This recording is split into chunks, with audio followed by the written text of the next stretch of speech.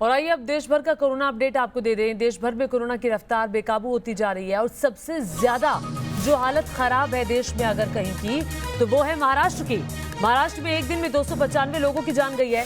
महाराष्ट्र में 24 घंटे में 7074 नए मामले सामने आए हैं और साथ ही कोरोना मरीजों की संख्या महाराष्ट्र में 2 लाख के पार पहुंच गई है। मुंबई में कोरोना के 1180 नए मामले 24 घंटे में आए हैं और 68 लोगों की मौत पिछले 24 घंटे के दौरान हुई है। मुंबई में कोरोना मरीजों की संख्या अब 82,000 के पार पहुंच गई है।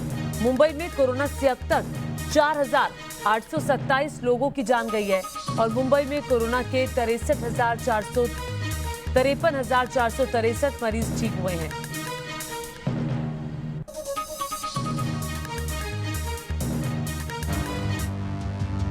पूरे देश में कोरोना ने कोहराम मचा रखा है। लॉकडाउन खत्म होने के बाद अब अनलॉक भी दूसरे चरण में पहुंच गया है, लेकिन कोरोना का रोना अब भी मचा हुआ है। जैसे जैसे कोविड-19 के टेस्ट बढ़ रहे हैं, वैसे वैसे कोरोना पॉजिटिव मरीजों की संख्या भी बढ़ती जा रही है।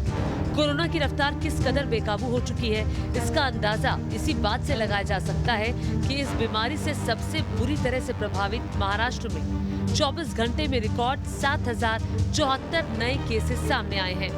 वहीं राजधानी दिल्ली में भी 2,500 से ज्यादा नए मामले सामने आए हैं और यहाँ मरीजों की संख्या 97,000 से भी ज्यादा हो चुकी है।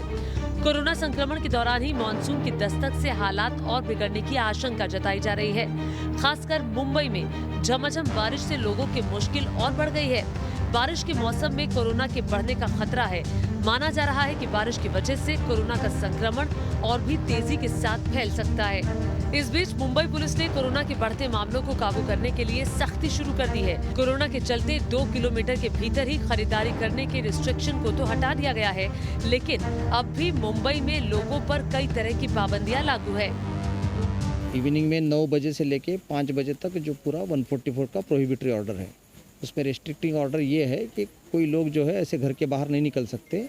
एक हो या एक से ज़्यादा लोग हो, ऐसे बाहर नहीं निकल सकते। और उसमें बेसिकली ये जो आपका इसेंशियल सर्विसेज है या इमरजेंसी सर्विसेज है, वो छोड़ के कोई बिना वजह घर के बाहर नहीं निकल सकता।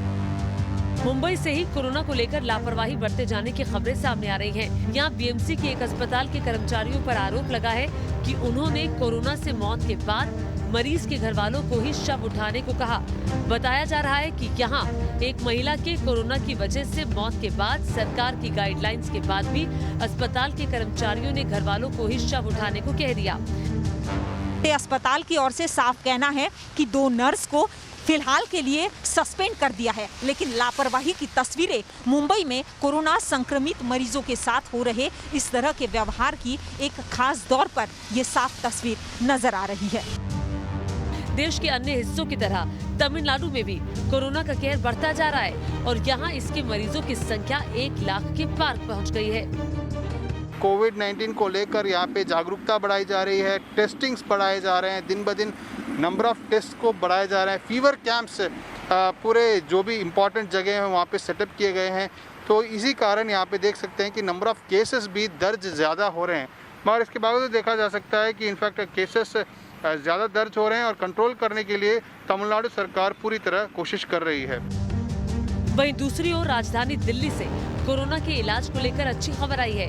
यहाँ राधा स्वामी सत्संग व्यास में तैयार किए गए दुनिया के सबसे बड़े कोविड सेंटर सोमवार से मरीजों का इलाज शुरू हो जाने की उम्मीद है। 10,000 बेड वाले इस कोविड सेंटर में मरीजों के लिए गत्ते से बने बेड तैयार किए जा रहे हैं। Team news nation.